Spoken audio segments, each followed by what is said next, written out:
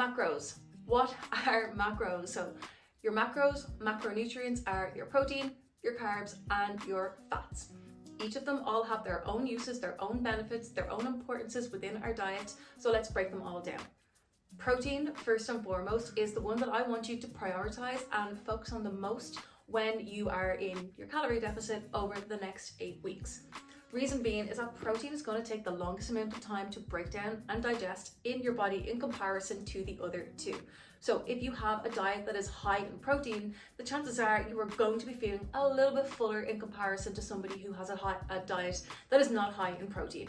And isn't that the goal when we're going into a fat loss phase? To not be starving all of the time? Yes, it is, okay? So we need to prioritize protein.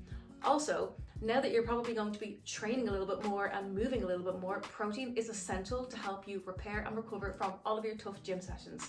So if you're the kind of person who is really, really sore all of the time, maybe not able to recover from your sessions, not feeling like you're getting stronger, not feeling like you're growing the muscle and toning up like you want to, if you're looking at your protein intake and it's 20, 30, 40, even 50 grams of protein, chances are it's likely not enough if you are like a pretty active person. So you need to make sure that you're getting enough protein in. If you look at your protein target on your tracker and you're like, how the hell am I going to get like 120, 130, 150, whatever grams of protein is, have a look at your meals.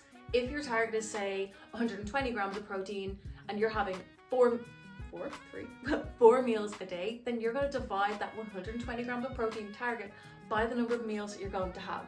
So if that's 4 meals a day, then you're going to make sure that each one of your 4 meals has at least 30 grams of protein in it. So when it comes to your carb and your fat, of course, they are just as important as well. So if you've ever been on a super low carb diet, you'll probably feel that maybe your energy is quite low, you might feel sluggish, you may be very tired going into the gym, and that's because carbs are our body's preferred source of energy. So it makes sense that you should not drop them really, really low.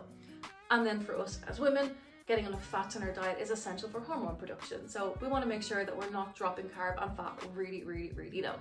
For the sake of the next 8 weeks and for all of my one-to-one clients, I don't like to really assign a carb and a fat target. You will see in your tracker, you'll have a calorie target and you'll have a protein target.